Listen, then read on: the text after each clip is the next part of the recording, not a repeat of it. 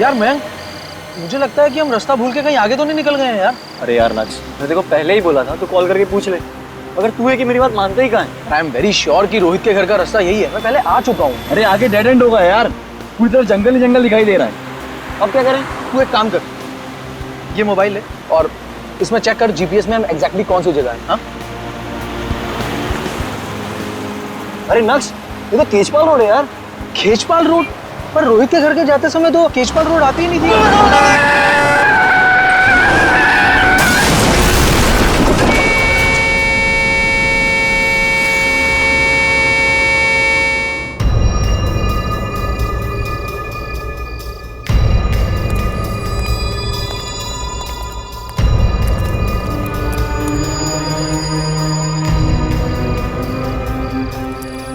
XZ001278 काले रंग की गाड़ी है जो पूरी तरह से डैमेज हो चुकी है। लगता है किसी बड़ी गाड़ी ने टक्कर मारी है। दोनों लड़के काफी जख्मी हो चुके हैं, बचने की कोई उम्मीद नहीं है। हम इन्हें हॉस्पिटल ले जाने की कोशिश कर रहे हैं। गाड़ी तो करके ले जाओ।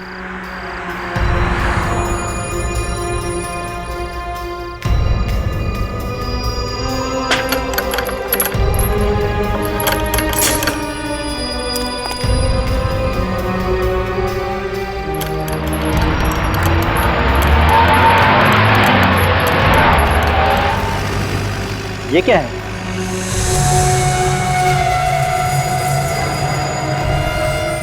ये तो किसी का कंकाल है। इसका मतलब इस डिवाइडर के अंदर किसी की लाश दफनाई गई है।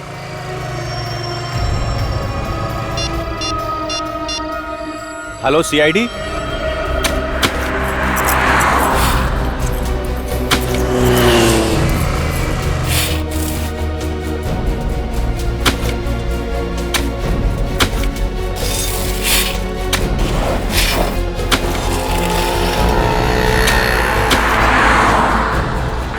किसी ने सोचा भी नहीं होगा कि यहाँ पर एक एक्सीडेंट होगा और इस डिवाइडर से कंकाल बाहर निकलेगा।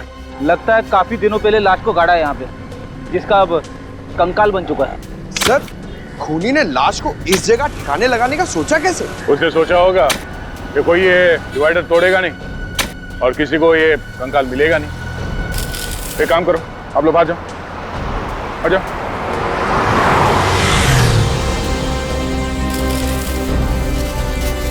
कंकाल किसी औरत की लगती है और ये जो कपड़ा है ये भी किसी औरत के साड़ी या दुपट्टे का लगता है। सर, ये कंकाल किस औरत का है और इसे मारा किसने, कैसे पता चलेगा? रेडी, चेहरे की हड्डियां सही सलामत है, चेहरा फिर से बनाया जा सकता है। पता चल जाएगा कि औरत कौन थी और किसने मारा ऐसे। सर, खूनी ने इतने ओपन एरिया में इस लाश को मार के गाड़ दिया तो किसी ने देखा क्यों नहीं? ये डिवाइडर जिसने बनाया है उस कॉन्ट्रैक्टर या बिल्डर के बारे में पता करते हैं, वही बताएगा कि लाश किसने गाड़ी है यहाँ पे। अरे जल्दी कर रहा हूँ भाई, 2 मिनट के काम को 2 घंटा तुम लोग लगा देते हो। घर पे जाना है, इंडिया ऑस्ट्रेलिया का मैच आराम से सब लोग बैठ के देखेंगे। चलो चलो जल्दी जल्दी जल्दी फटाफट करो, फटाफट गमे उठो, रखो रखो उधर, चलो।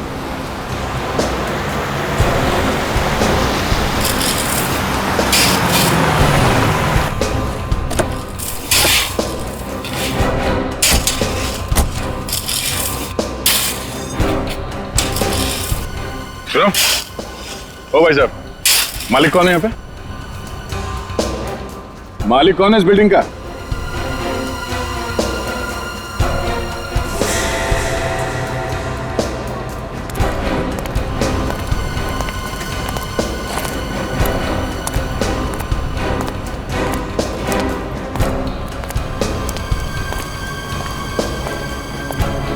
फाइव स्क्वायर कंस्ट्रक्शन कंपनी का मालिक कौन है?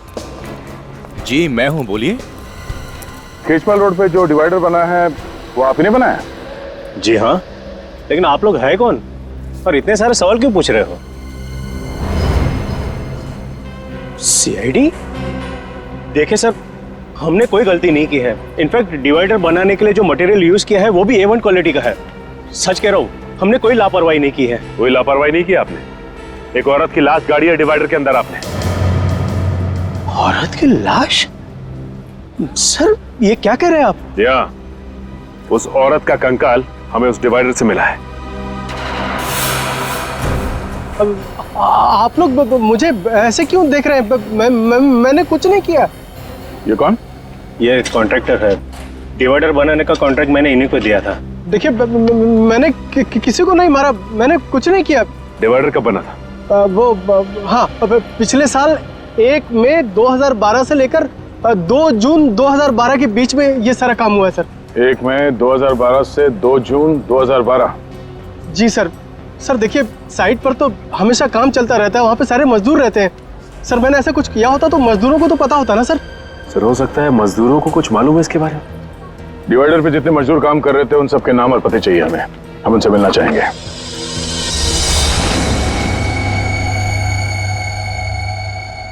सर ये वो जगह है जहां पे हमें कंकाल मिला। ऐसा लगता है कि खूनी ने उसे मारा कहीं और है और लाश को ठिकाने लगाने के लिए वहां पे ले आया और डिवाइडर के नीचे गाड़ दिया। हाँ? और उस वक्त खेजपाल रोड पर डिवाइडर का काम चालू था, जो खूनी अच्छी तरह से जानता होगा, बस उसी का फायदा उठाकर उसने उस लाश को वहीं पे गाड़ दिया। और सर ये काम एक आदमी का तो हो नहीं सकता, और भी लोग शामिल होंगे इसमें। हाँ हो सकता है, लेकिन इतना सब कुछ हुआ, किसी ने देखा कैसे नहीं? सर जो स्केलेटन हमें मिला था यहाँ खेजपाल रोड पर, ये रोड आगे जाके 2 हिस्सों में बढ़ जाती है। एक रोड जाती है ये मैरिज हॉल की तरफ और दूसरी रोड यहाँ आती है जंगल की तरफ। सर जंगल की तरफ? खूनी ने लाश को जंगल में क्यों नहीं छुपाया?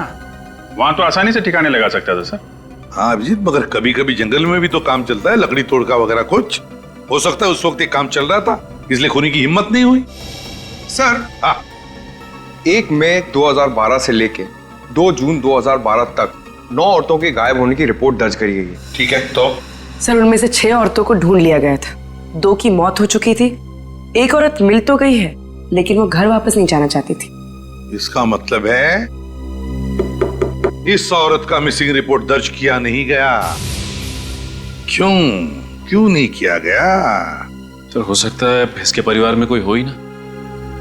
हो सकता है सचिन, हो सकता है, लेकिन और भी तो कुछ वजह हो सकती है।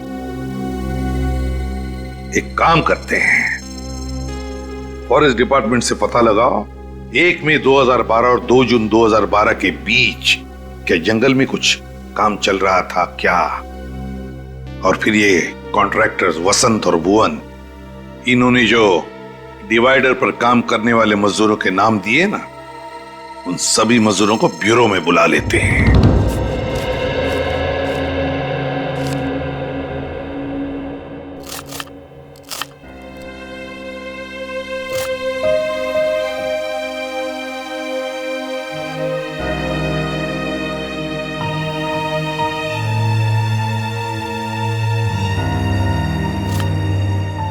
चिंता करने से क्या होगा चिंटू के बापू? कैसे ना करूं, चिंटू की स्कूल की फीस भरनी है। अच्छा ये बताओ अब तक कितना जमा हुए हैं? क्या जमा हुए हैं? सिर्फ 1500 रुपये बचा पाया हूं मैं। अगर गांव पैसे नहीं भेजे ना तो माँ बाबूजी को बहुत परेशानी हो जाएगी। अब चिंता मत करो, जितना है जैसा है उसी में हम सब मिल बांट के गुजारा कर लेंगे। ये कौन आ गया? पारुल देखो जरा।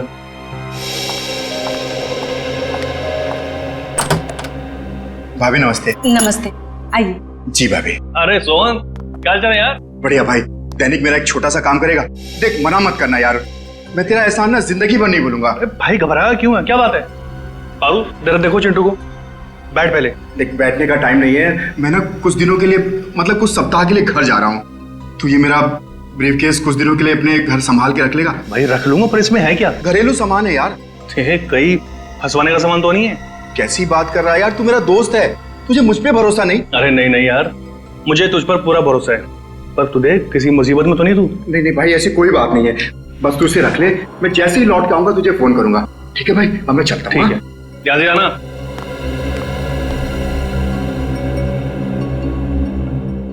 ये ब्रीफकेस कैसा है? अरे सोन का है, रखने को दे गया। उन्हें उससे ना अचानक गांव जाना पड़ा, बोल रहा था जैसे गांव से आएगा लेके जाएगा। अच्छा, ये फोन किसका आ गया? हेलो, जी हाँ मैं दैनिक बोल रहा हूँ। क्या? बताओ, खेजपाल रोड पे जो नया डिवाइडर बना, उसका काम कितने दिनों तक चल रहा था? 1 महीना। 1 महीना। मगर साहब हम लोग ने किसी का खून नहीं किया, हम लोग खूनी नहीं मजदूर हैं। वसंत सेठ, अरे आप कुछ बोलिए ना। अब इसमें मैं क्या बोलूं? डिवाइडर के नीचे लाश मिली है तो सीआईडी तो पूछताछ करेगी। देखिए सर, हमारा 3-4 साइड पे एक साथ काम चलता रहता है। अब हमारे पीठ पीछे ये लोग क्या करते हैं हमें कैसे पता होगा? हाँ, मगर इनमें से किसी को तो पता होगा। उसी ने उस लाश को दफनाया है उस डिवाइडर के नीचे। नहीं सर, ये हमने नहीं दफनाई, ये काम किसी और का होगा। किसी और का काम है तो तुम लोगों ने उस गुनहगार को देखा कैसे नहीं? तुम सबकी नजरें बचा के एक आदमी वहां पे लाश काट जाता है और किसी को कुछ पता नहीं चलता। अच्छा ये बताइए आप लोग के आप में से किसी ने भी किसी ऐसे आदमी को डिवाइडर के आसपास घूमते हुए देखा जिस पे आपको शक हो? नहीं साहब, हमने 1 महीने में पूरा डिवाइडर तैयार कर दिया था, ऐसे आदमी को नहीं देखा। किसी ने कुछ नहीं देखा, किसी को कुछ नहीं पता। ठीक है, सब लोग जा सकते हो, लेकिन याद रखना अगर जरूरत पड़े तो फिर से आना पड़ेगा।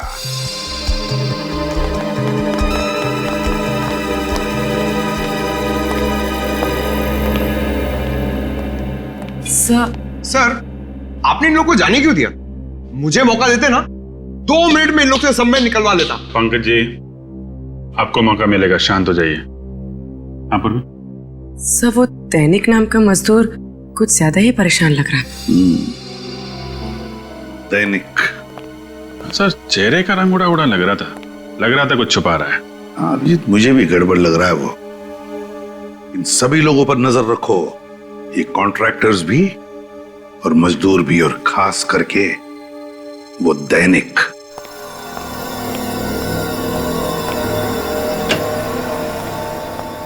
क्या हुआ साळुंखे, अब तक कुछ पता चला भी या नहीं? अरे क्या बताऊं यार, लाशों से पीछा छूटा नहीं था, ये कंकाल ला करके रख दिया मेरे लिए, दिमाग घूम गया मेरा यार। अरे डॉक्टर साहब, थोड़ा आराम कर लीजिए, क्यों इतना जोर डालने दिमाग के ऊपर? डॉक्टर तारिका है ना, वो कर लेंगी। क्यों तारिका जी? अभिजीत जी, तारिका जी ने और मैंने दोनों ने अपना दिमाग लगाया, तब जाकर के कुछ पता चला। ओ, तो फिर बता ना, क्या पता चला? वो यही कि बॉस, इस मरने वाली की उम्र 25 से 30 साल के बीच में है। 25 से 30 साल के बीच में? अच्छा, और मौत हुई कैसे? इसकी मौत हुई है गर्दन मरोड़ने की वजह से। गर्दन मरोड़ने की वजह से? हाँ बॉस, ये इसकी गर्दन की हड्डी में दरार पड़ गई। खूनी ने जैसे इसकी गर्दन मरोड़ी, इसकी हड्डी फट गई। और इतना ही नहीं, इसके बाद किसी नुकीली चीज से इसके गले पर वार भी किया गया। गर्दन मरोड़ने के बाद चाकू से वार किया है? आखिर खूनी के दिमाग में ऐसा चल क्या रहा था? हो सकता है खूनी चाहता हो कि जिंदा ना बचे, इसलिए एक बार फिर से वार किया होगा। एक बार नहीं बॉस, खूनी ने बार बार इसके गले पर वार किया है और फिर इसका गला भी काटा है। इतनी हैवानियत! ये देखो, इसके बावजूद इस बेचारी ने अपने आप को बचाने की पूरी कोशिश की। गला कटने के बाद खूनी ने इसके गले को बुरी तरह से नोचा भी है, और उसकी वजह से इसके गले की हड्डी में मुझे खूनी के हाथ के अंगूठे का नाखून मिला है।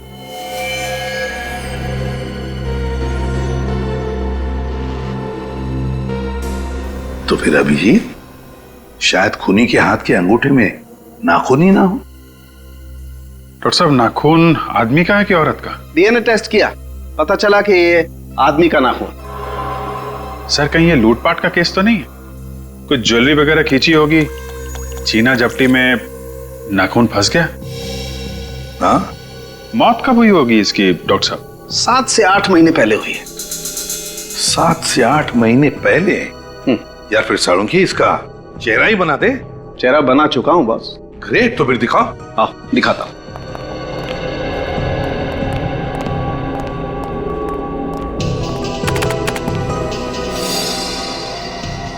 सर, सर, इस कंकाल पर से ये जो कपड़ा मिला है, ये एक महंगे सिल्क का कपड़ा है। ये देखिए। महंगा सिल्क? जी सर, पटोला सिल्क। और इस पर जो कढ़ाई की गई है वो मशीन से नहीं बल्कि हाथ से की गई है। अच्छा सर, पटोला सिल्क पे हाथ से कढ़ाई का काम, ये तो ज्यादातर गुजरात के पाटन जिले में होता है। तो एक काम करो अभिजीत, गुजरात के पाटन में जा, पता लगा कि कढ़ाई का काम किस कारखाने में हुआ है, और वहीं पर इस लड़की का फोटो भी दिखा। शायद उस लड़की के बारे में कुछ पता चल जाए।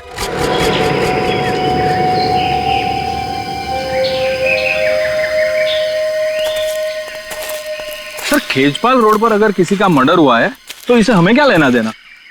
पता नहीं, सीआईडी का मामला है, तहकीकात चल रही है, बताना तो पड़ेगा ही। 1 मई 2012 से लेकर 2 जून 2012 तक के सारे रिपोर्ट्स रेडी हैं? जी सर, रेडी है। Very good.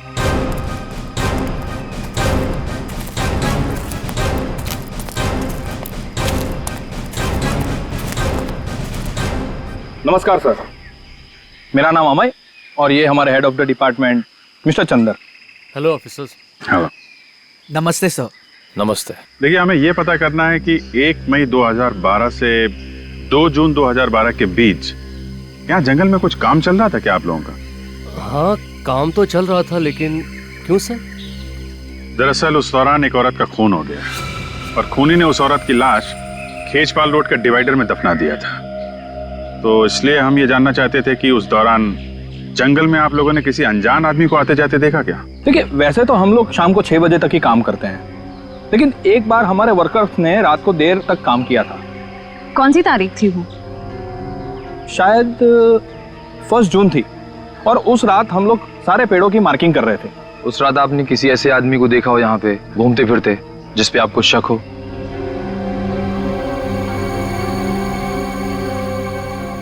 हाँ सर, याद आया, मैंने देखा था एक आदमी को। आपने देखा था? सर, उस रात तो मैं मरते मरते बचा था सर। क्यों, ऐसा क्या हुआ था? सर, उस रात मैं अपने मजदूरों के साथ जंगल में ही था। सारे पेड़ों की मार्किंग हो चुकी थी और हम वहां से निकलने की तैयारी कर रहे थे।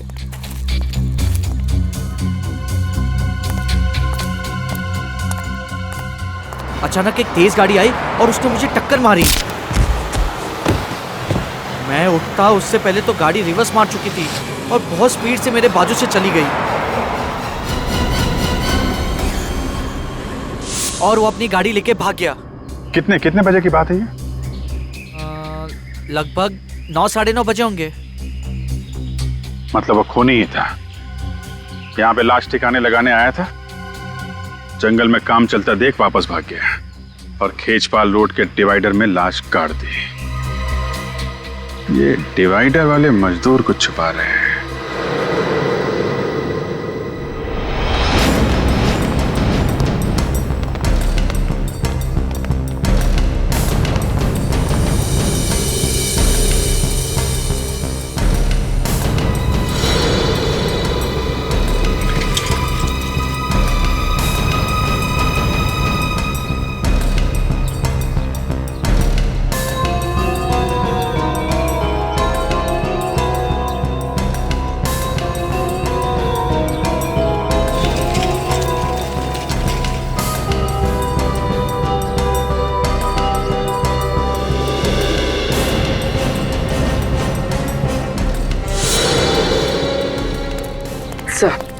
सर, चेतन का व्यवहार बिल्कुल ठीक था, लगता नहीं उसने कुछ गलत किया होगा।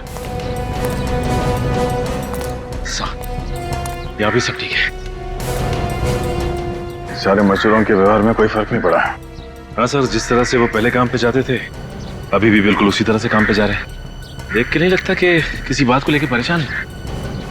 परेशान इसलिए नहीं है क्योंकि उन लोगों ने कुछ गलत नहीं किया है, मगर ये दैनिक, इसकी हरकतें कुछ गड़बड़ लग रही है। मैंने कितनी बार आपको टोका है कि सोहन अच्छा आदमी नहीं है, लेकिन आप मेरी बात मानो तो ना, डाल दिया ना उसने आपको मुसीबत में। तुम घबराओ मत, मैंने इस मुसीबत से निकलने का तरीका ढूंढ लिया है। लेकिन ये सूटकेस लेकर के कहाँ जा रहे हो आप? कहीं से आप सीआईडी वालों को देने तो नहीं जा रहे हो? देखो, ऐसी गलती मत करना, क्योंकि इसमें तुम भी फंस जाओगे। तुमने मुझे पागल समझा है तो ये सूटकेस मैं सीआईडी को देने जाऊंगा? ये ब्रीफकेस हाथ में लिए हुए है, घबराया हुआ क्यों लग रहा है क्या इस बैग में? जब ब्यूरो में पूछताछ के लिए बुलाया गया था तब भी दैनिक सबसे ज्यादा परेशान था। अरे लेकिन कहाँ जा रहे हो? कुछ तो बता के जाओ। आके बताता हूँ। अरे ये खाना तो ले जाओ। मुझे तो लगता है कि इसे कंकाल के बारे में जरूर कुछ मालूम है। हो सकता है, चलो चल के देखते हैं कि जाता कहाँ पर है ये।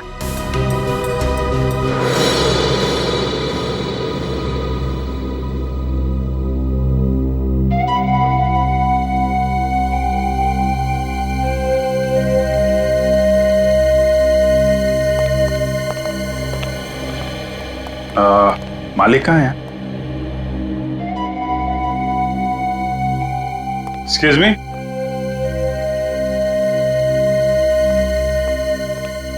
आप मालिक हैं यहाँ के? जी हाँ सर।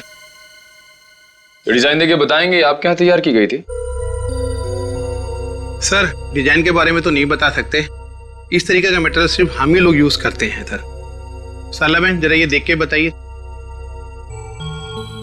जी सर, ये हमारे यहाँ का डिजाइन है और पिछले साल इस डिजाइन की हमने 2 साड़ियाँ तैयार की थी। ये साड़ियाँ किसके लिए तैयार की थी आपने? पर आप लोग हैं कौन और ये क्यों पूछ रहे हैं सर? हम सीआईडी से। देखिए घबराइए मत, एक केस के सिलसिले में हम लोग तहकीकात कर रहे हैं। हमें एक औरत का कंकाल मिला और उस कंकाल के ऊपर ये साड़ी का टुकड़ा था। तो आप प्लीज जरा बताएंगे किसको बेची थी आपने साड़ी? Sir 2 minute.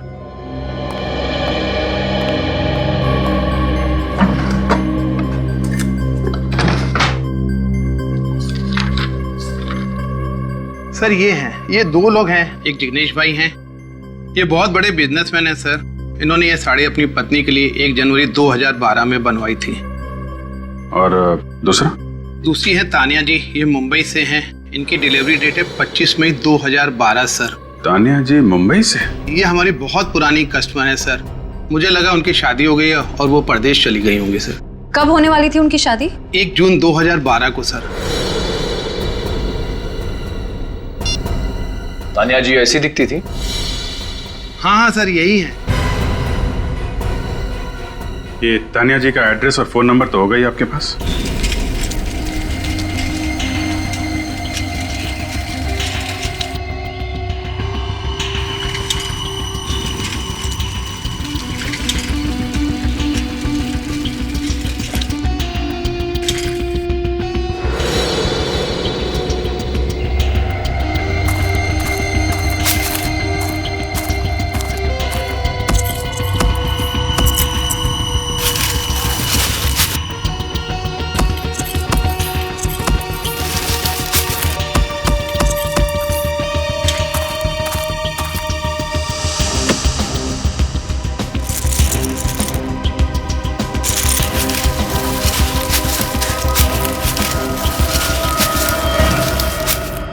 दैनिक साहब क्यों जुर्म कर रहे हो? हाँ? वैसे ही सोना इतना महंगा हो गया है और तुम उसे मिट्टी में गाड़ रहे हो? नहीं सर, मैं तो बस गाड़ने की तो इसकी पुरानी आदत है सर। पहले इसने उस औरत को मार के उस डिवाइडर में गाड़ दिया और अब यहाँ पे ये सोना गाड़ रहा है। हा? नहीं सर, मैंने किसी को नहीं गाड़ा साहब, आप मुझ पर इल्जाम लगा रहे हैं साहब। हम इल्जाम लगा रहे हैं पर हमने जो देखा वो झूठ है। हा? मैंने कुछ नहीं किया साहब, मैंने कुछ नहीं किया साहब, मैंने कुछ नहीं किया साहब। तानिया को जानते हो? साहब मैं नहीं जानता साहब तानिया कौन है। सर इसमें बहुत ही महंगे रत्न जड़े हुए, किसी दुल्हन के लगते। बोल दैनिक, किसके गहने हैं ये? साहब मैं नहीं जानता साहब। तो जरूर तूने चोरी की है या फिर खून किया होगा। नहीं सर, साहब नहीं साहब, मैंने किसी को नहीं मारा साहब और नहीं मैंने चोरी की साहब। मैं तो सिर्फ साहब अपने आप को बचाना चाहता है साहब। बचाना चाहते थे? किससे? आप लोगों ने साहब। कहीं मैं पीले मुझे फंस ले जाऊं साहब, सब कसम से बोला साहब, ये ब्रीफकेस साहब मेरा नहीं साहब। किसका है? सोहन का साहब, उसने मुझे ब्रीफकेस संभालने को दिया था साहब। मुझे उस समय बिल्कुल पता नहीं था साहब इसमें क्या है। कौन है ये सोहन? मेरा दोस्त। 2 दिन के लिए साहब मुझे गांव जाना था, 30 मई से 1 जून। सब उन 2 दिनों में उसने मेरी जगह पर डिवाइडर कंस्ट्रक्शन साइट पे काम किया। सोचा मैं वापस आया ना, उसका रवैया कुछ अलग सा था साहब। मैंने बहुत पूछने की कोशिश की साहब, लेकिन उसने मुझे कुछ नहीं बताया साहब।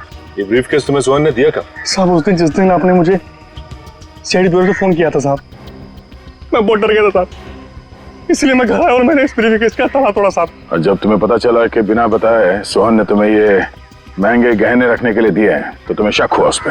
हाँ साहब। ये सोहन कहाँ है? साहब बोल कर गया था मुझे कि वो अपने गाँव जा रहा साहब, मंगोली साहब।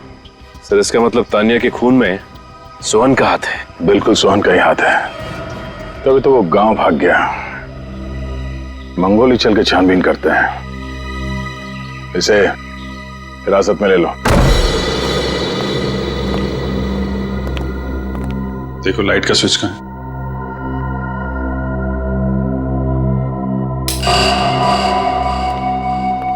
घर तो बहुत अच्छी तरीके से सजा के रखा है, जैसे शादी ब्याह में सजाते हैं, लेकिन फूल मुरझा गए। सर लगता है ये सारी सजावट तानिया की शादी के लिए की गई थी। सर 1 जून 2012 के बाद लगता नहीं है इस घर में कोई आया है। शादी के दिन ही बेचारी का खून हो गया क्या? मगर सर तानिया के गायब होने की रिपोर्ट किसी ने लिखवाई क्यों नहीं? पड़ोसी कह रहे थे कि वो यहाँ अकेली रहती थी, शायद उसकी फैमिली में भी कोई नहीं होगा। सर घर को अच्छी तरीके से चेक करो, देखो कुछ काम का मिलता है क्या। सर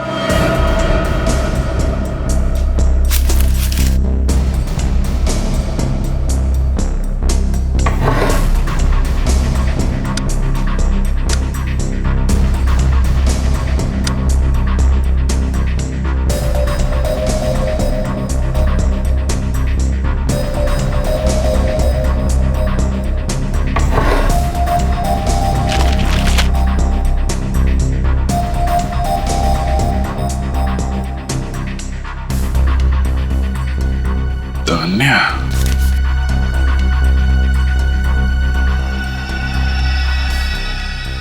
सर कुछ मिला क्या? हाँ सर, तानिया की शादी का कार्ड। हाँ, Tanya weds Manik, 1 June 2012, Shubhangi banquet hall, Khechpal road. Sir मतलब आपका शक सही निकला। तानिया जी शादी के लिए मैरिज हॉल निकली, लेकिन रास्ते में किसी ने उनका खून कर दिया। तान्या वेट्स मानिक, इस मानिक को ब्यूरो में बुलवाओ, वही बताएगा 1 जून 2012 को क्या हुआ था तान्या के साथ।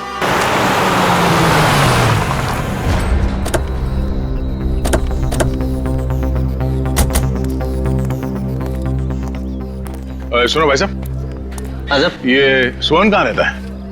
कौन सोहन? अरे वही सोहन जो 2 दिन पहले ही मुंबई से यहाँ पे आया है। अच्छा अच्छा, वो सोहन साहब। लगता है आप लोगों को पता नहीं। क्या? वो जब से मुंबई से आया बीमार पड़ा है। कौन है उसके साथ? वो उसकी बहन कीर्ति रहती है, वही उसकी देखभाल करती है। कहाँ रहते हैं लोग? जी कहिए, किससे मिलना है आपको? आप कीर्ति हैं, सोहन की बहन? जी हम लोग सीआईडी से सोहन से मिलना चाहते हैं। सीआईडी?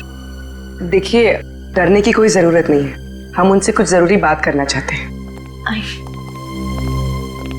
भैया, ये सीआईडी वाले हैं, आपसे मिलने आए हैं।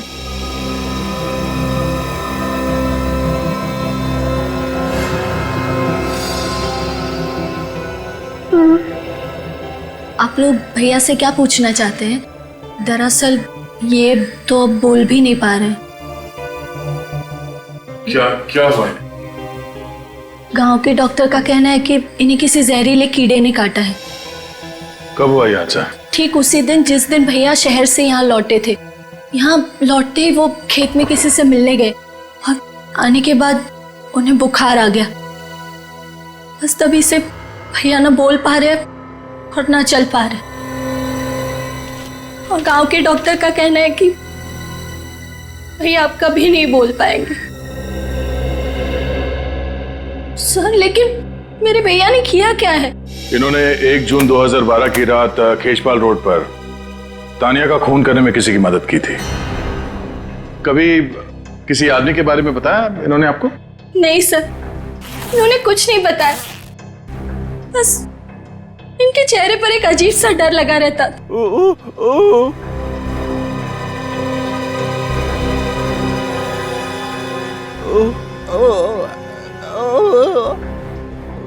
क्या? सर ये अपनी बहन की तरफ इशारा कर रहा है। कीर्ति? कीर्ति ने कुछ किया है? देखो सोहन, तुम क्या कहना चाहते हो कुछ समझ में नहीं आ रहा है। क्या? हाँ?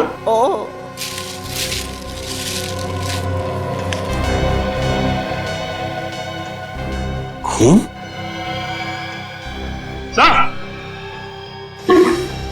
और सचिन, ये देखिए सर, सोहन के बैग में से एक कार्ड मिला है और उस पर खून लगा हुआ है। समाज सेवा समिति के कार्यक्रम का ये वीवीआईपी पास है जो 1 जून 2012 को आयोजित किया गया था। कार्यक्रम के मुख्य अतिथि का पास है ये। वैसे कहीं ये जो खून लगा है ये तानिया का तो नहीं? हो सकता है। अगर ये वीवीआईपी पास सोहन के बैग में था, इसका मतलब ये जरूर उस चीफ गेस्ट को जानता था। और ये पास उसने किसी खास वजह से संभाल के रखा था अपने पास। एक काम करते हैं, जिन लोगों ने इस कार्यक्रम का आयोजन किया है उनसे जाके मिलते हैं। वहीं से पता चल जाएगा कार्ड पे लगे इस खून का राज।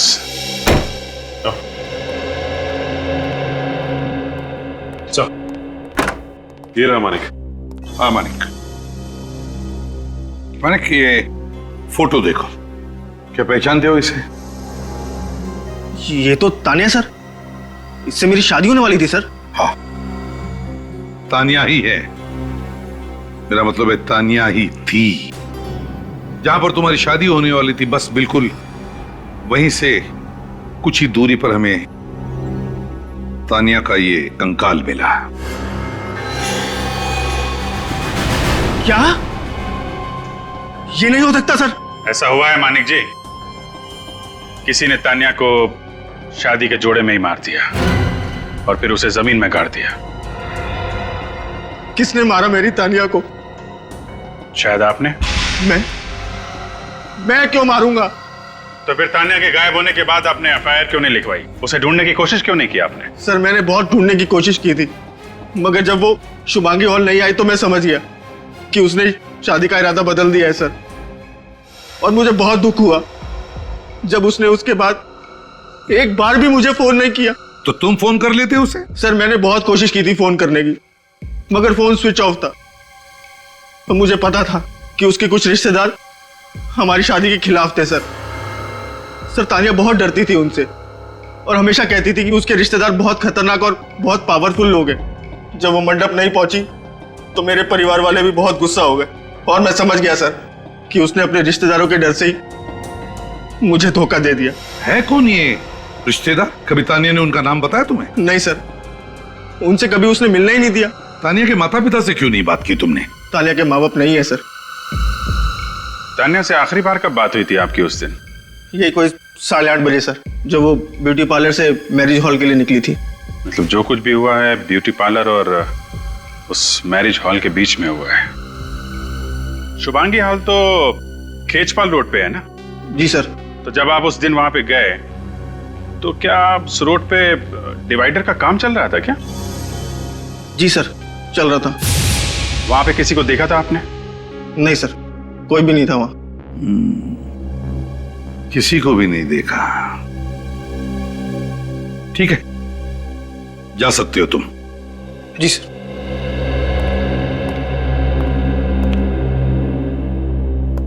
रिश्तेदार है कौन ये तानिया का रिश्तेदार जिससे तानिया इतना डरती थी?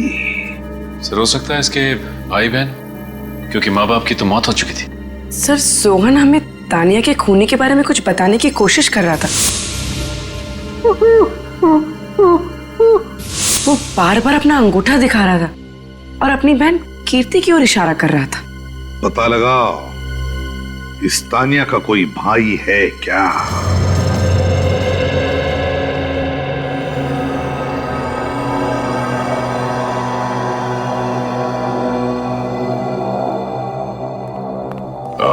सुनो भाई साहब, अभी लंच टाइम में 1 घंटे बाद आना। इतना टाइम नहीं है हमारे पास, हम लोग सीआईडी से हैं।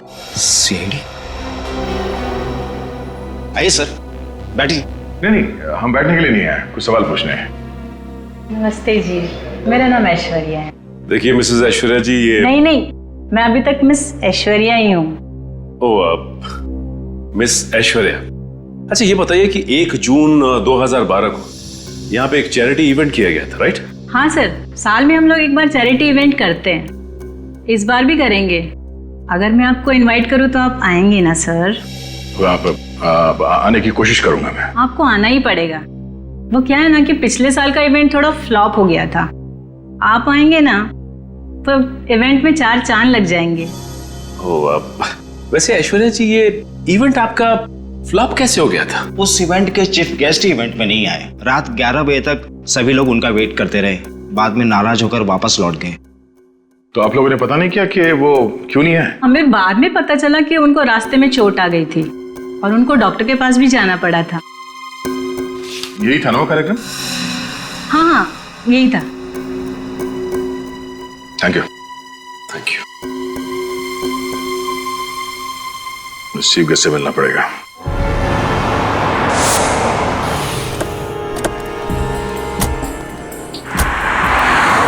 यहाँ पे मिला था तान्या का कंकाल, और यहाँ से आगे जो 2 रास्ते जा रहे हैं, इस तरफ तो मैरिज हॉल है और इस तरफ जंगल है। खूनी ने तान्या की लाश जंगल में गाड़ने की कोशिश की थी, लेकिन वहां पे काम चल रहा था, इसलिए वापस यहाँ पर आया और यहाँ डिवाइडर में उसे गाड़ दिया। हाँ सर, शादी का जोड़ा पहनकर तानिया ब्यूटी पार्लर से निकली होगी। रास्ते में उसे खूनी मिला होगा जिसे वो जानती होगी, और फिर दोनों मिलके मैरिज ब्यूरो की तरफ गए होंगे। लेकिन मैरिज हॉल तक पहुंचे नहीं फ्रेडी, उसके पहले ही खूनी ने अपना काम कर दिया और यहाँ पे तान्या को गाड़ दिया।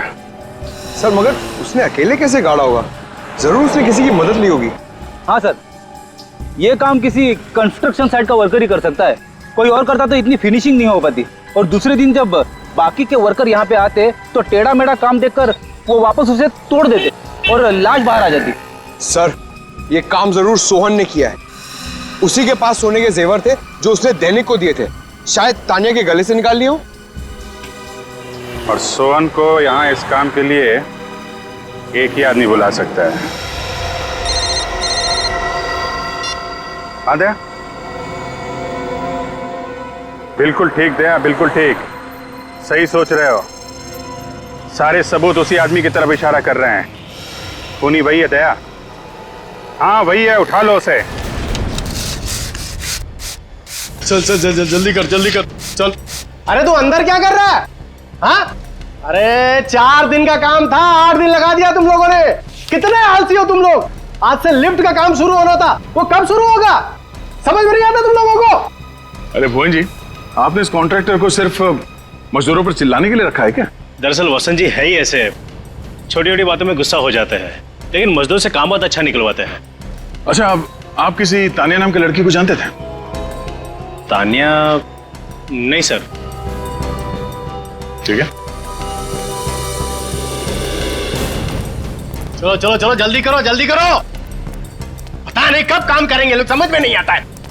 अरे सर, आप लोग यहाँ? क्या करें, सीआईडी का काम ही कुछ ऐसा है, आना जाना लगा रहता है। जी सर। वसंत जी, आप किसी तान्या को जानते थे? तान्या? नहीं सर, ये तान्या कौन है सर? मैं किसी तान्या को नहीं जानता। इसके गले की हड्डी में मुझे खूनी के हाथ के अंगूठे का नाखून मिला है। वसंत जी, आपके हाथ का ये अंगूठा बचपन से ऐसे ही है या किसी के साथ हाथापाई करते हुए ये नाखून टूट गया? नहीं सर, ये क्या है कि हाँ, वो मेरी गाड़ी का टायर बदलते वक्त मेरा अंगूठा उसमें फंस गया था, तो मेरा ये नाखून टूट गया सर। गाड़ी का टायर बदल रहे थे या तान्या का गला दबा रहे थे? हा?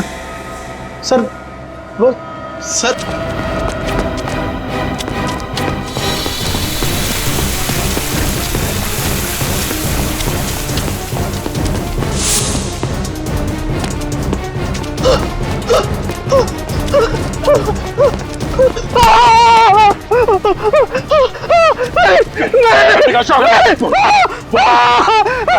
देखूंगा ऊपर से, क्यों मारा तान्या को? सर मुझे कुछ नहीं मालूम सर, मैं कुछ नहीं जानता सर। इसने क्या? नहीं सर।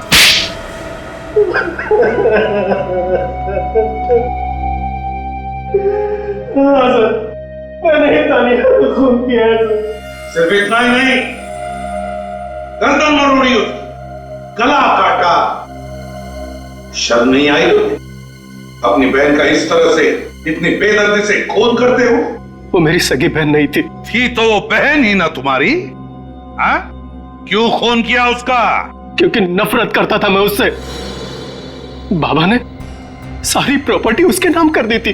मेरे नाम पर फूटी कौड़ी भी नहीं छोड़ी थी। अगर वो मानिक से शादी करती तो मानिक सारी प्रॉपर्टी हड़प लेता, सब कुछ उसके नाम हो जाता। इसीलिए मैंने तानिया को बुलाया। मैं चाहता था कि वो कागजात पर साइन कर दे ताकि शादी के बाद सारी प्रॉपर्टी मेरी हो जाए। देखो तानिया, मुझे तुमसे कोई गिला शिकवा नहीं है। तुम एक बार इस जायदाद के पेपर पर सिग्नेचर कर दो, उसके बाद तुम्हारा रास्ता अलग और मेरा रास्ता अलग। ये क्या बसंत भैया, मुझे लगा कि आप अपनी सारी कड़वाहट भूलकर अपनी सौतेली बहन से एक नया रिश्ता जोड़ना चाहते हैं, और आप मेरी शादी के दिन इन पेपर्स पे साइन करवाना चाहते हो। मैं अपनी जायदाद आपके नाम कभी नहीं करूंगी। गाड़ी रोकिए। यह गाड़ी तो तभी रुकेगी जब तुम इस पेपर पर सिग्नेचर करोगे। आज तक मैं चुप रही, यहाँ तक कि मैंने मानिक को भी कभी नहीं बताया कि मेरा एक सौतेला भाई है जो सिर्फ पैसों से प्यार करता है, मुझसे नहीं। लेकिन अब मैं सबको आपकी असलियत बता दूंगी। मैंने कहा गाड़ी रोकी अभी, वरना मैं जोर से चिल्लाऊंगी। गाड़ी रोकी भैया। कोई है, बचाओ भैया, बचाओ।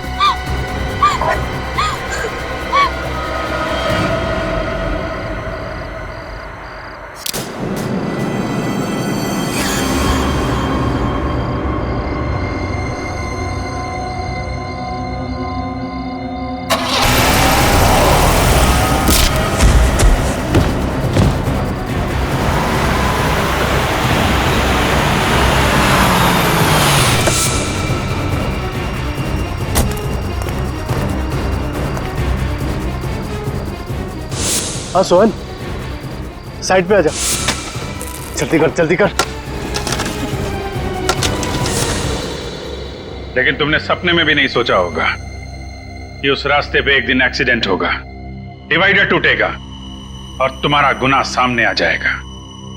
क्यों हमला किया सोहन पे तुमने? क्योंकि एक वही था जो मेरा राज जानता था। फिर भी पकड़े तो तुम गए ही, हैं? पकड़े तो गए। क्या लगता है तुम्हें, जिस जायदाद के लिए तुमने अपनी बहन का इतनी बेरहमी से खून किया, क्या वो जायदाद तुम्हें मिल जाएगी? नहीं, अदालत तुम्हें फांसी ही देगी, फांसी।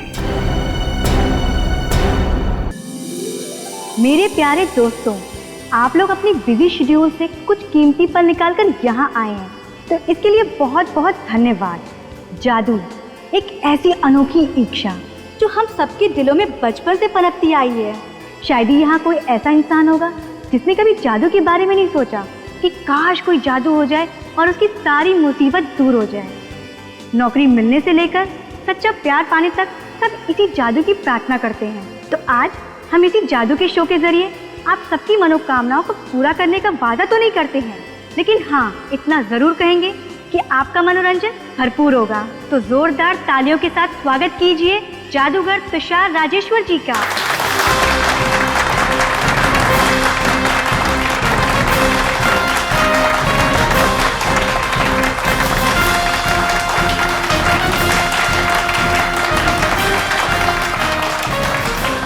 लेडीज एंड जेंटलमैन, आप सबका स्वागत है मेरी जादू की दुनिया में। अब मैं आपका इंतजार खत्म करने जा रहा हूं और अपनी जादू की दुनिया में आपको एकदम से पहुंचा दूंगा। Ladies and gentleman, please welcome Hiten.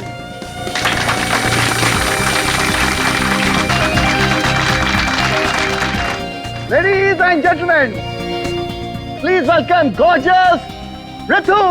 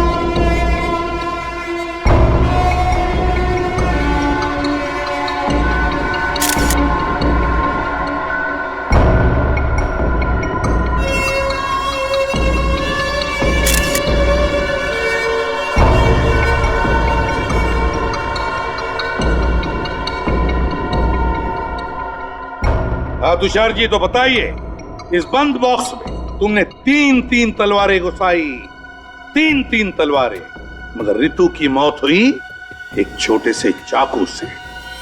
कैसे कैसे हुआ ये? वही तो सर, मुझे कुछ समझ नहीं आ रहा सर। मैंने इसके हजारों शो किए और हर एक शो में मुझे ऑडियंस की ताली मिली है सर, लेकिन इस बार पता नहीं ये चाकू कहां से आ गया। अपने आप नहीं आया ये चाकू इस बॉक्स में, समझे? जानबूझकर रखा गया इस बॉक्स में, लगाया गया था किसी ने। चाकू लगने के बाद ये चीखी तो होगी, तो आपको इनके चीखने की आवाज नहीं आई? सर बैकग्राउंड म्यूजिक बहुत लाउड था, किसी को कुछ सुनाई नहीं दिया। और इतने तुम? जी सर। तुम तो इस बॉक्स के अंदर थे, तुम्हें भी आवाज नहीं आई? सर मुझे ऋतु के चीखने की आवाज सुनाई दी सर, लेकिन मुझे लगा सर वो मजाक करी सर, उसे इस तरह का मजाक करने की आदत थी सर। मजाक? क्या लगता है तुम लोगों को, हाँ? कैसे हुआ होगा ये? किसने किया होगा? किसी पर शक है तुम लोगों को? हाँ सर, मुझे लगता है ऋतु का खून हितेन ने ही किया है। मैं? ये क्या बक रहे हो तुम? मैं सच कह रही हूँ। हाँ सर, ये ऋतु से जलता था क्योंकि तुषार सर ऋतु को इससे ज्यादा टैलेंटेड मानते थे। ऐसा कैसे हो सकता है सर? इसका मतलब ये हुआ सर कि इस दुनिया में मुझसे ज्यादा जो टैलेंटेड है सर, उन सबका खून मैं करता फिरूंगा सर। वो तो हम पता लगा लेंगे कि ये खून किसने किया है, मगर ऋतु को चाकू उस बॉक्स के अंदर ही लगा है, और बॉक्स के अंदर तुम थे, तुम। तो यहाँ इस बॉक्स में बटन छुपा के रखा हुआ, ये के अंदर कोई मैकेनिज्म है सर? रेडी, मिनट, जरा खोलो इस बॉक्स को पूरी।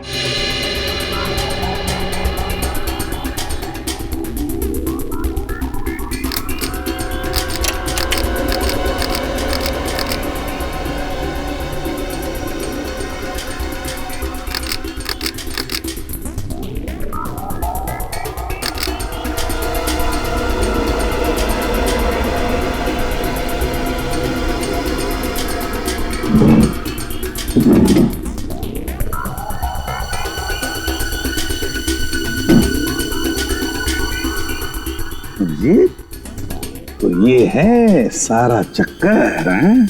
Yes sir. जैसे ही तलवार अंदर घुसी कि ये बटन दब गया और स्प्रिंग में लगा हुआ चाकू सीधा बाहर। बक्से के अंदर ना दिखने वाला चाकू? आप रेडी? बॉक्स में ना दिखने वाला चाकू है ना तुषार जी? क्यों? बड़ा कमाल का मैकेनिज्म लगाया बॉक्स में। किसने लगाया है? सर मुझे नहीं मालूम, मुझे कोई फंसाने की कोशिश कर रहा है सर। कोई फंसाने की कोशिश कर रहा है? फंस गए हो तुम, बुरी तरह से फंस गए हो। सर लेकिन ये बॉक्स तो स्टोर रूम में रहता है, वही शायद किसी ने कुछ। अच्छा, कौन लेकर आया था ये बॉक्स स्टोर रूम में से? दीपक और अमन।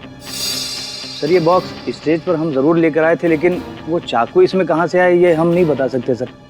हमने नहीं लगाया सर। हाँ सर, हम लोगों ने नहीं लगाया सर। स्टोर रूम कहाँ है?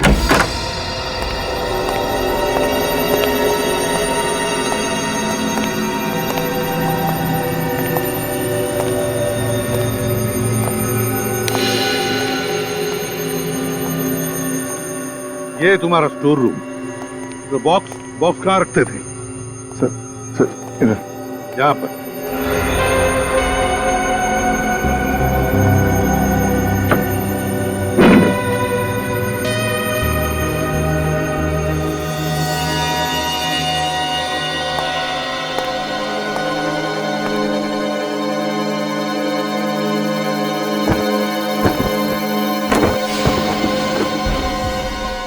ठीक वैसा ही बॉक्स।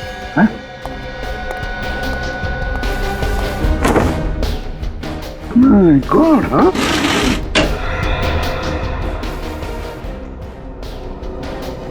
एक जैसे दो बॉक्सेस क्यों तुषार? हाँ? क्या चक्कर है ये? सर मुझे नहीं पता, मेरे पास तो एक ही बॉक्स था, मुझे नहीं मालूम है दूसरा बॉक्स कहां से आया सर। और तुम लोगों को मालूम है? नहीं सर, हमने इसे पहली बार देखा सर। किसी को नहीं मालूम है किसी ने कुछ नहीं देखा। इतना बड़ा बॉक्स यहाँ अंदर लाया गया और तुम इसे किसी ने भी नहीं देखा। क्यों तुषार? रेडी, सिक्योरिटी गार्ड को लेकर आओ। Yes sir. अभिजीत, इस बॉक्स को उस बॉक्स के साथ बदला गया केवल ऋतु को मारने के लिए। सर इतनी बड़ी साजिश है, कोई अंदर वाला ही कर सकता है। मगर उस बेचारे को मारा क्यों? सर ये रहा सिक्योरिटी गार्ड, कह रहा है कि इसने ऑडिटोरियम के अंदर बक्सा लेकर आते हुए किसी को भी नहीं देखा। किसी को भी नहीं देखा? कैसे नहीं देखा? क्यों नहीं देखा? आंखें बंद करके ड्यूटी करते हो क्या? सर वो चाकू वाला बॉक्स बिल्कुल इस बॉक्स जैसा ही है, तो हो सकता है वो बॉक्स भी वहीं बना हो जहां पे ये ओरिजिनल बॉक्स हो सकता है। तुषार, तुम्हारा जादू का सामान किस दुकान से खरीदते हो? सर ये रही वो दुकान DFK मैन्युफैक्चरर्स जहाँ पे वो जादुई बक्सा बनाया गया था। नमस्कार सर, क्या दिखा है आपको? तुषार राजेश्वर के जादुई शोज में बक्से आप ही बनाते हैं? अरे साहब तुषार ही क्यों, शहर में जितने भी बड़े जादूगर है ना मुझसे ही सामान बनवाते हैं। लेकिन अफसोस अब नहीं बनवाएंगे। क्यों? मेरे कंपटीशन में कोई शॉप खोल रहा है क्या? नहीं, जेल में ये सब तुम नहीं कर सकोगे। जेल? मैं क्यों जेल जाऊंगा भला? मैंने क्या किया है? क्योंकि हम लोग CID से। CID? क्या हुआ है सर? तुषार राजेश्वर के जादुई शोज में तुमने 2 बक्से बनाए थे। हाँ साहब, एक तो बहुत पहले बनाया था, अभी एक हाल में ही बनाया। हाल ही में जो नया बक्सा बना उसमें एक चाकू फिट किया गया था जिसकी वजह से चोक के दौरान एक लड़की की मौत हो गई। नहीं साहब, मैंने बक्से में चाकू को नहीं फिट किया है। आपने नहीं फिट किया होगा, हो सकता है किसी वर्कर ने फिट किया हो आपके। अरे साहब ऐसा कैसे हो सकता है? मैं सामान भेजने से पहले अच्छी तरह जांच पड़ताल कर लेता हूँ ताकि कोई गड़बड़ ना हो। जादू का मामला है ना साहब। ये बक्से का ऑर्डर किसने दिया था? वो लड़की क्या है उसका नाम? ऋतु ने दिया। क्या ऋतु ने दिया था? हाँ। अरे उसी की तो मौत हुई है बक्से में चाकू लगने से। अरे साहब ऐसा कैसे हो सकता है? अच्छा, बक्से में कोई ऐसे खुफिया जगह थी जहाँ पे चाकू फिट किया गया हो? नहीं साहब, ऐसी कोई जगह नहीं थी। ऋतु जी ने ऑर्डर देते वक्त कहा था बिल्कुल वैसे ही बक्सा बनाना जैसे तुषार जी के लिए पहले बनाया था। दोनों बक्सों में कोई फर्क नहीं होना चाहिए था। ये ऋतु अपने खुद की मौत की कहानी क्यों लिखेगी? बक्से की डिलीवरी लेने कौन आया था? ऋतु जी ही आई थी। वो अकेली आई थी या कोई और भी आया था साहब? हाँ साहब, एक आदमी और था। कौन था आदमी?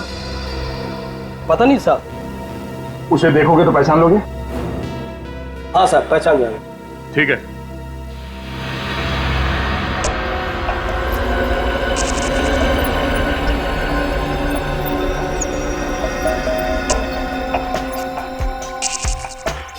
नहीं सर, जो आदमी ऋतु जी के साथ बॉक्स लेने के लिए आया था वो इनमें से कोई नहीं है। पक्का इनमें से कोई नहीं है? नहीं है। तुषार, तुम्हारा स्टाफ पूरा का पूरा यहीं पर है? कोई बाहर नहीं गया है? नहीं सर, सब लोग यही हैं। मतलब सर ये काम किसी बाहर वाले का है? रेडी, जितना भी इसे उस आदमी के बारे में याद है उतना उसका स्केच बनवाओ। अच्छा ये बताओ, ये बॉक्स वो लोग कैसे लेके गए थे? सर एक टेम्पो में ले गए थे। टेम्पो में? टेम्पो का नंबर तो याद नहीं होगा? नंबर नहीं। Very good. कुछ और याद है? हाँ सर, उस पर बहुत सारे फर्नीचर रखे थे और हर फर्नीचर पर NF लिखा था।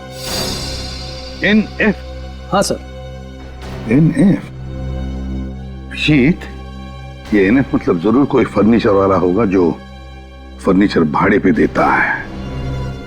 पता लगाओ इस NF फर्नीचर वाले के बारे में। सर पूरे शहर में सिर्फ 2 NF फर्नीचर्स की शॉप्स हैं। एक तो 2 महीने से बंद है और एक ये है। अरे आइए आइए साहब, आप सही जगह पर आए हैं। यही दुकान है जो आपको एंटीक फर्नीचर मिलेगा। बोलिए क्या चाहिए? एक काम कर दो, इस बक्से में एक खुफिया चाकू फिट कर दो। चाकू? अरे क्या बात कर रहे हैं साहब? नहीं नहीं साहब, हम ये काम नहीं करते हैं साहब। तुम करते हो, हम जानते हैं। एक जादूगर का बक्सा तुम्हारे टेम्पो में तुम्हारे ही फर्नीचर के साथ तुम्हारे इस गोडाउन में पहुंचता है और फिर उसमें एक चाकू फिट किया जाता है। मेरी टेम्पो में?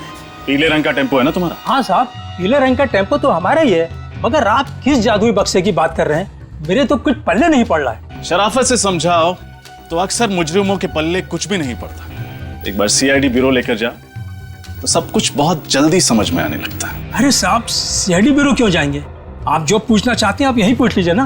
तो फिर ये बताओ, उस जादूगर के बक्से में खुफिया चाकू तुमने फिट किया था ना? अरे बक्से में चाकू कोई फिट क्यों करेगा? फोन करने के लिए।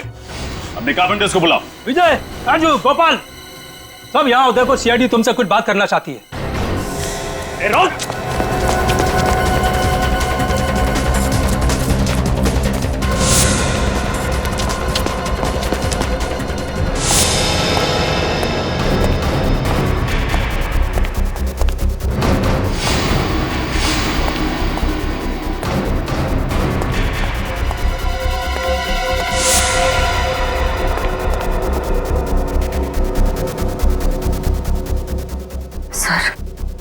कहीं मिल नहीं रहा। इतनी जल्दी कैसे भाग सकता है? नहीं, कहीं भागा तो नहीं होगा। होगा यहीं के।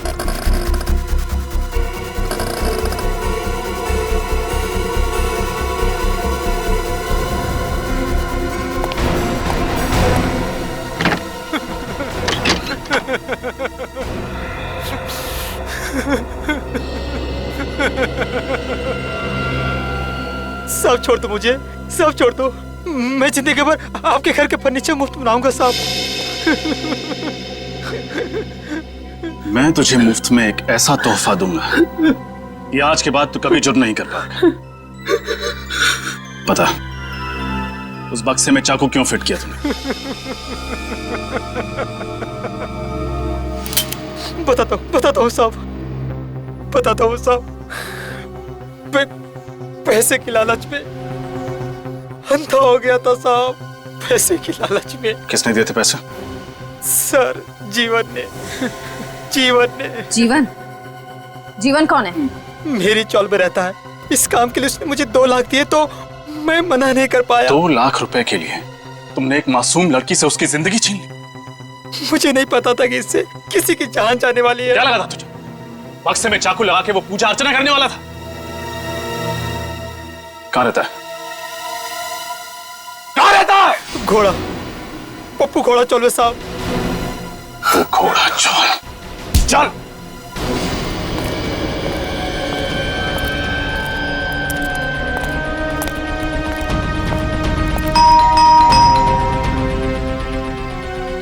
जीवन,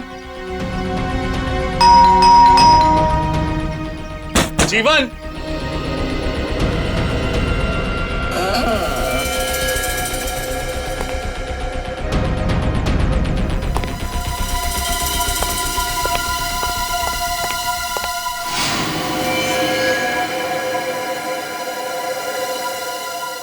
he's dead.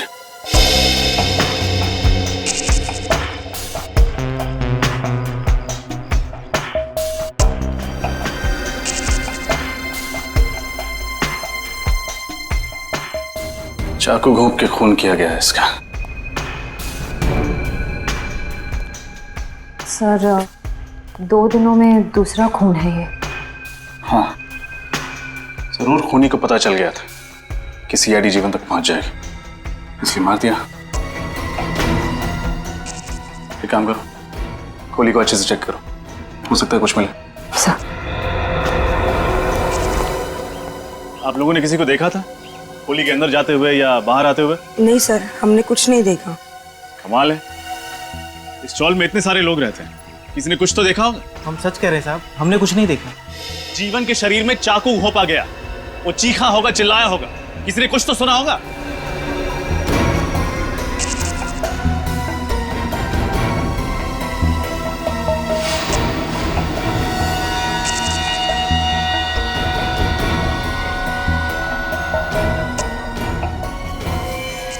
आशिया, कुछ मिला? सर, सिर्फ ये ड्राइविंग लाइसेंस मिला है। सर, ये केस तो एक डेड एंड तक पहुंच गया है। वो जादूगर का बक्सा ऋतु ने बनवाया और उसमें चाकू लगवाया जीवन ने। अब दोनों ही मर गए, फिर उस खूनी तक कैसे पहुंचेंगे? उस जादूगर तुषार के लोगों के जरिए। जरूर उन्हीं में से कोई है जिसने ये किया है और जो हमारी हर हरकत पर नजर रखे हुए है।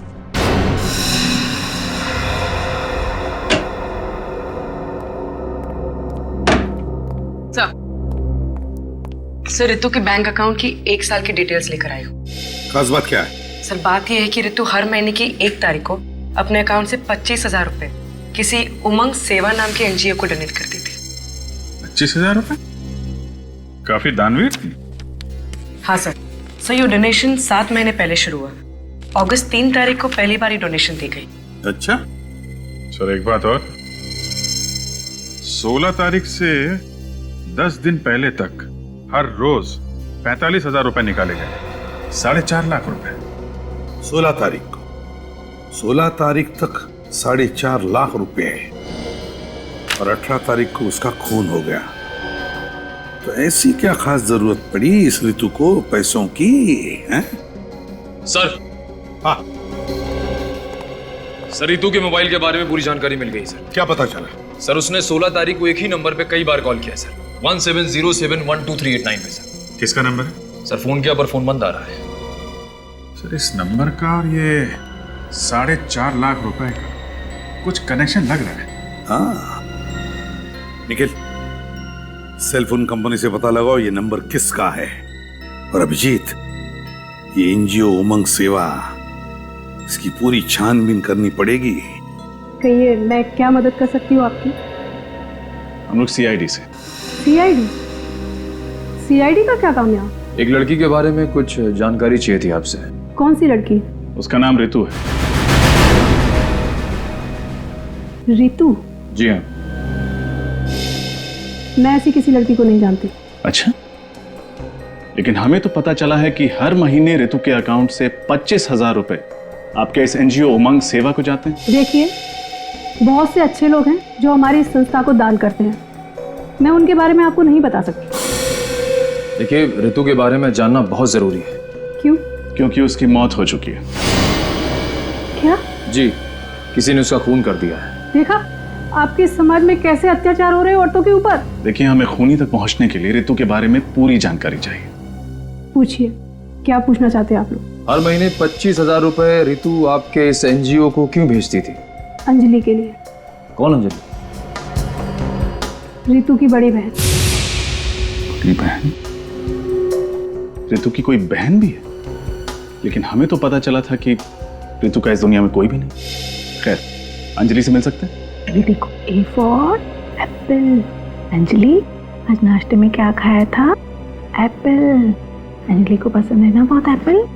ये देखो, ये क्या है? Ball. Ball. Ball. B for ball. Anjali, तुम्हें पसंद है ना बॉल से खेलना? ये देखो, बी फॉर बॉल।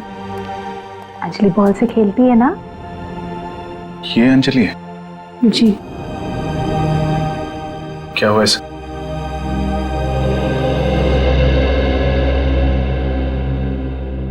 मुझे तो बताते हुए भी शर्म आती है।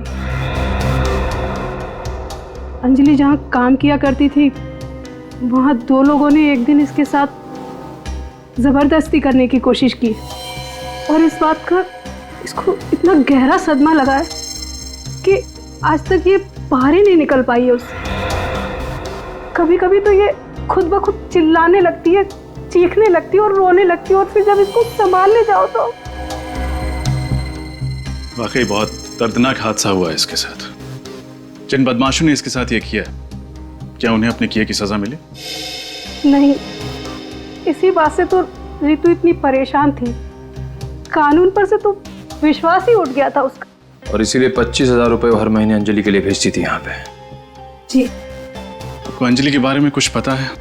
वो कहाँ काम करती थी, या फिर कौन है वो लोग जिन्होंने उसके साथ ये हरकत की? अंजलि की फाइल में आपको अपने सभी सवालों के जवाब मिल जाएंगे। ऋतु आ गई। ऋतु ऋतु ऋतु ऋतु आ गई ना? ऋतु आ गई ना? आ जाएगी अंजलि। ऋतु आ जाएगी, आ जाएगी। ठीक है, तुम पढ़ाई करो। हाँ, आ जाएगी। आइए, मैं आप लोगों को अंजलि की फाइल देती थी।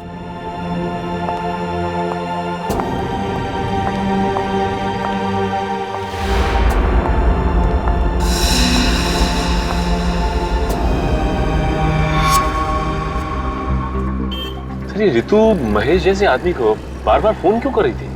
साहब, ये महेश बड़ा टेढ़ा आदमी है, इतने आसानी से कुछ बताने वाला नहीं साहब।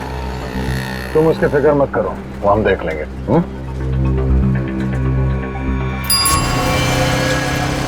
सब महेश, सब वो ग्रीन टी शर्ट में ना वही महेश है। वो? हाँ सब वो, सब मैंने क्यों साहब। ठीक है, तुम जाओ। शुक्रिया साहब, शुक्रिया। सचिन, रेडी? ले आओ इसे।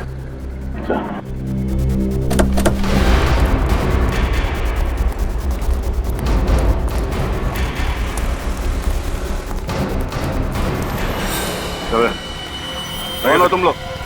सीआईडी से हम। रख। सीआईडी? और मैंने किया क्या है? बता दे। रात तो चल हमारे सीआईडी की चाय पिलाता हूँ तुझे। चल। मैंने कुछ नहीं किया साहब। महेश बाबू, हम देख लेंगे, बैठ। सही कह रहा हूँ सर, मैंने कुछ नहीं किया सर। सर मैंने कुछ नहीं किया सर, मैंने किसी को नहीं मारा sir, please by God sir. हमने कब कहा कि तुमने किसी को मारा है? हा? हम सिर्फ इतना पूछ रहे हैं कि ये रितु बार बार तुम्हें फोन क्यों कर रही थी? रितु फोन? सर मुझे कुछ भी याद नहीं आ रहा है सर, प्लीज यकीन कीजिए मेरा। कुछ याद नहीं आ रहा? चलो कोई बात नहीं, आज तुम्हें हम अपनी गाड़ी में घुमाते हैं, थोड़ी ठंडी हवा लग जाएगी ना दिमाग पे, तो शायद कुछ याद आ जाए। सर मेरा यकीन कीजिए, मैं सही कह रहा हूँ सर।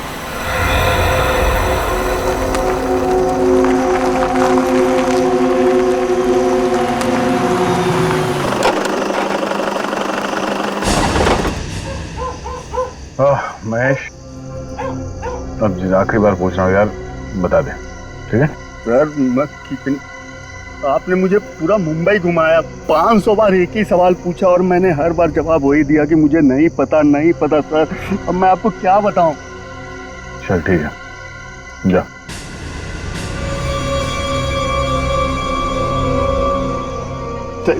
Thank you sir. अरे फिर ये क्या कर रहे हो तुम?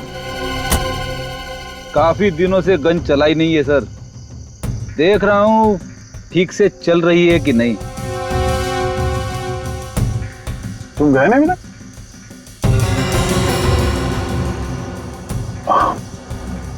रेडी, तुम देख नहीं रहे हो? ये तुम्हारे गन देख के डर रहा है। गन देख के डर गए? चलिए सर, मैं अपनी गन अंदर रख देता हूँ।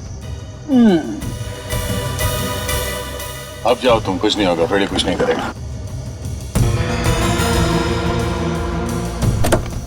अरे सर, ये आप क्या कर रहे हो? सर आप गन नहीं चला सकते, आपका निशाना ठीक नहीं है। आपने जितनी बार गन चलाई है कोई ना कोई ऊपर पहुंच गया सर, बस प्लीज सर। ये देखिए सर मुझे गोली मत चलाना, मैं बताता हूँ सर, मैं सब कुछ बताता हूँ सर, प्लीज गोली मत चलाना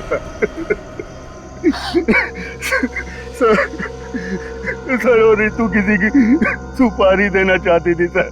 क्या? रितु किसी को जान से मरवाना चाहती थी? लेकिन किसे? मुझे नहीं पता सर, उसने मुझसे सिर्फ इतना कहा कि वो उस ऐसे आदमी से मिलना चाहती है जो सुपारी लेके मर्डर करता हो सर। मुझे कुछ भी नहीं पता सर, मेरा विश्वास कीजिए। किससे मिलाया तुमने उसे? मैंने उसे तेजा से मिलवाया था सर। चलो इस तेजा से मिलते हैं। गलती हो गई तेजा भाई,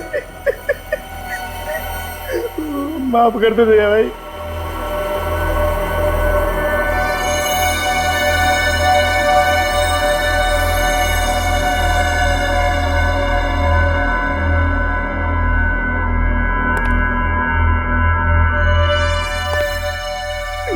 नहीं तेजा भाई, नहीं नहीं नहीं तेजा भाई।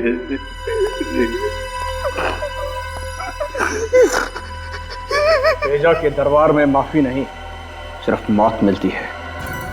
एक मौका तेजा भाई, दोबारा कोई गलती नहीं करूंगा।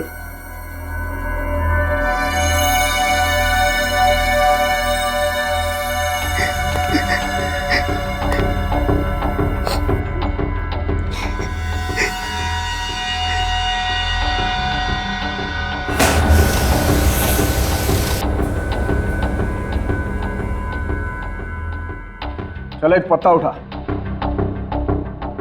पत्ता? हाँ पत्ता देख, अगर इसमें 3 से ऊपर का पत्ता निकला तब तो तू गया, और अगर 3 से नीचे का पत्ता गया तो तू बच गया। उठा बट्टा। लेकिन तेजा भाई 3 से नीचे तो सिर्फ दुग्गी होती है। ताश की गड्डी में 4 दुग्गियां होती हैं। एक दुग्गी उठा ले और अपनी जिंदगी बचा ले। चल उठा उठा, पक्का उठा।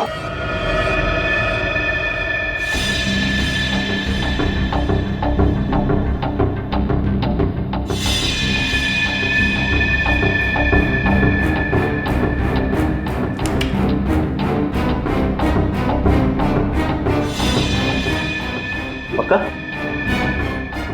और चांस चाहिए तुझे? उठा।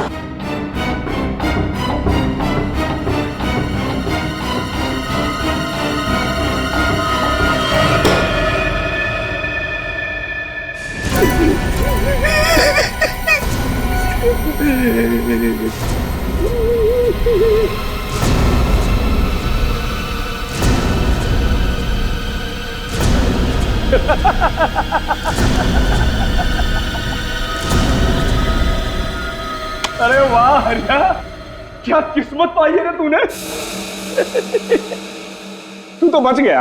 लेकिन सुन, अगली बार अगर गलती की ना तो ताश की गड्डी नहीं उठाऊंगा, मैं गोली मारूंगा। भाई भाई महेश आया और अपने साथ एक मालदार पार्टी को भी लाया। लेके आना उसे। जी।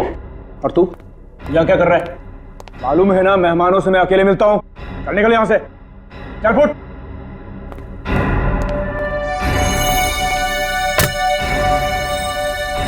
तेजा भाई, बहुत बड़े सेठ को लाया हूँ, राहुल सेठ हैं। इन्हें एक लड़की की सुपारी देनी है।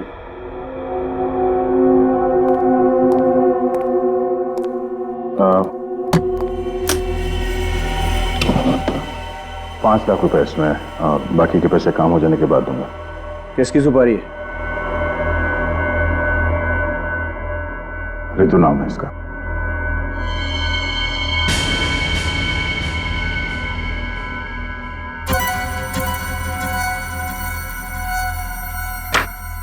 मैं इसकी सुपारी नहीं ले सकता।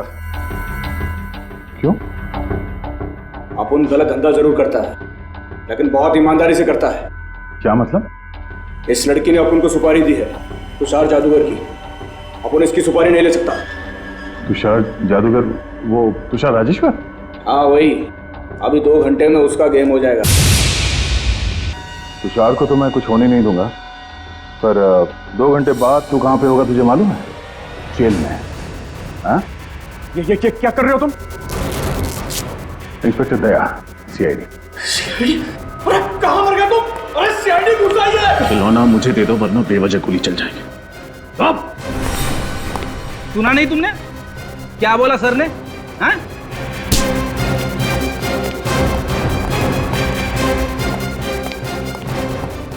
नालायकों, क्या कि तुम्हें इसी दिन के लिए पाला पोसा था कि तुम सीआईडी के सामने हथियार फेंक दो?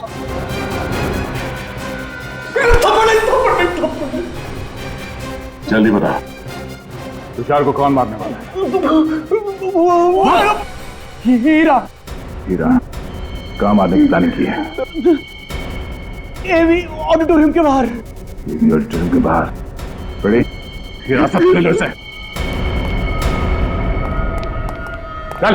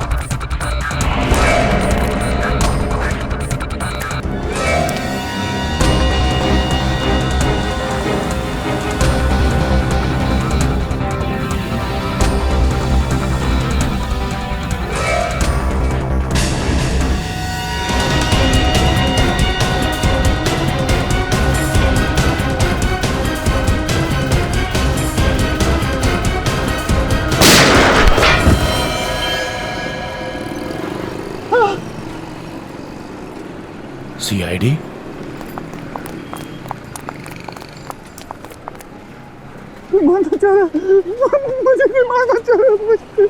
फिक्र मत करो, जिसने तुम पर गोली चलाई है वो भी हमसे बचा है।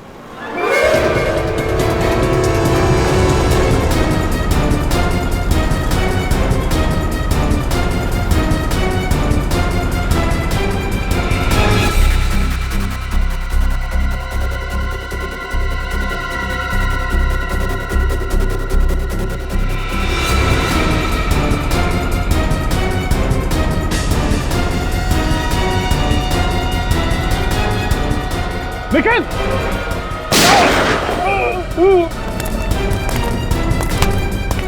Thank you sir.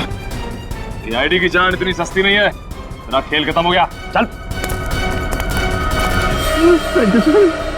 सीआईडी वाले बहुत बहादुर हो।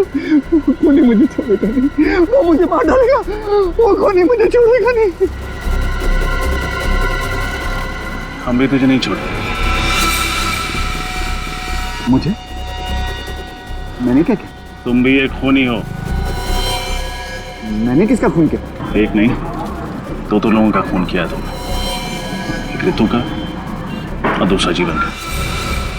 पूर्वी, हथकड़ी।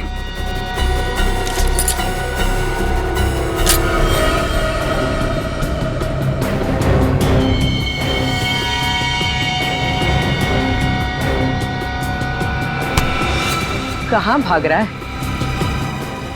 रुक!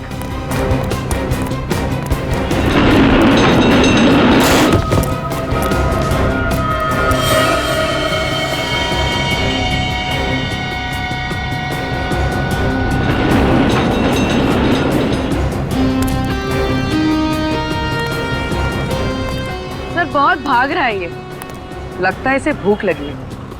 आपके ढाबे का एक पराठा चाहिए इसे। बिल्कुल, वो भी मक्खन। नहीं सर, नहीं।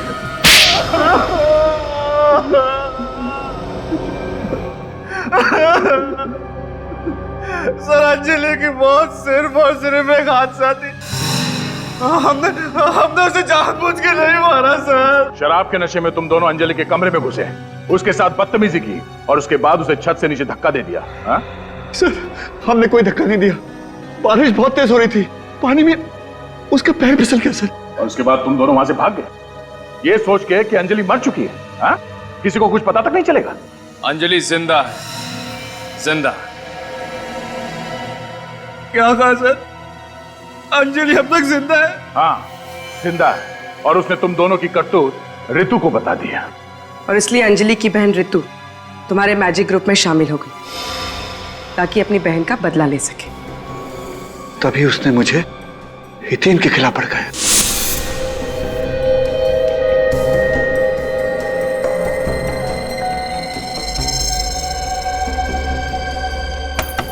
आ जाओ।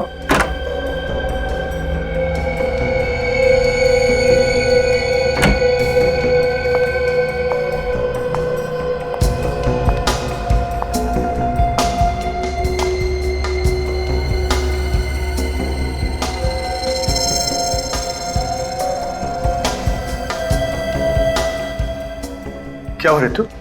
इतनी घबराई क्यों लग रही? डरो नहीं, बताओ क्या बात है? सर बहुत डर लग रहा है। डर? मुझसे? नहीं सर, आपसे नहीं। फिर किससे? सर ये जो हितेन है ना, ये आपका सारा मैजिक ग्रुप तोड़ना चाहता है। सारे टेक्नीशियन, सारे आर्टिस्ट को आपके खिलाफ भड़का रहा है वो। हितेन? ये तुम क्या कह रही हो? हितेन ऐसा कभी नहीं कर सकता। हाँ सर, मैंने खुद अपने कानों से सुना है।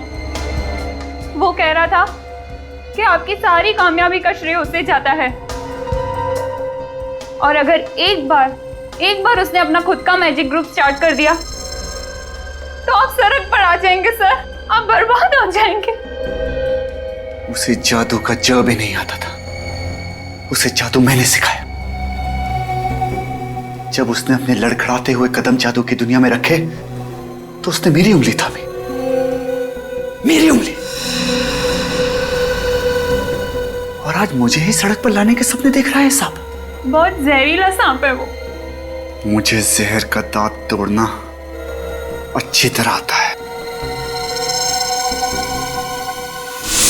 मगर तुम तो उसके झांसे में आ गए थे, तो फिर तुमने हितेन को क्यों नहीं मारा? रितु को क्यों मारा? मैं हितेन को मारने वाला था, पर ठीक वक्त पर रितु की असलियत मेरे सामने आ गई। तुषार सर एक नंबर के मंदबुद्धि इंसान है। बिलीव मी, ऐसा मंदबुद्धि इंसान मैंने कभी अपनी लाइफ में नहीं देखा। हितेन के बारे में मैं झूठ पे झूठ बोलती गई और वो यूं मेरी बातों पे यकीन करते गए।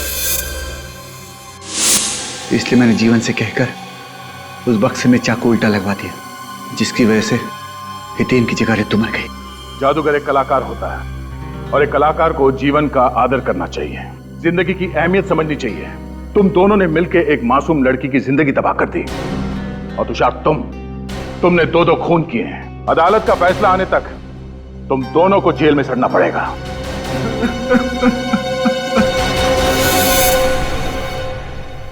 इस तरह के और भी एपिसोड देखने के लिए हमारे चैनल को सब्सक्राइब करें और बेल आइकन दबाना ना भूलें।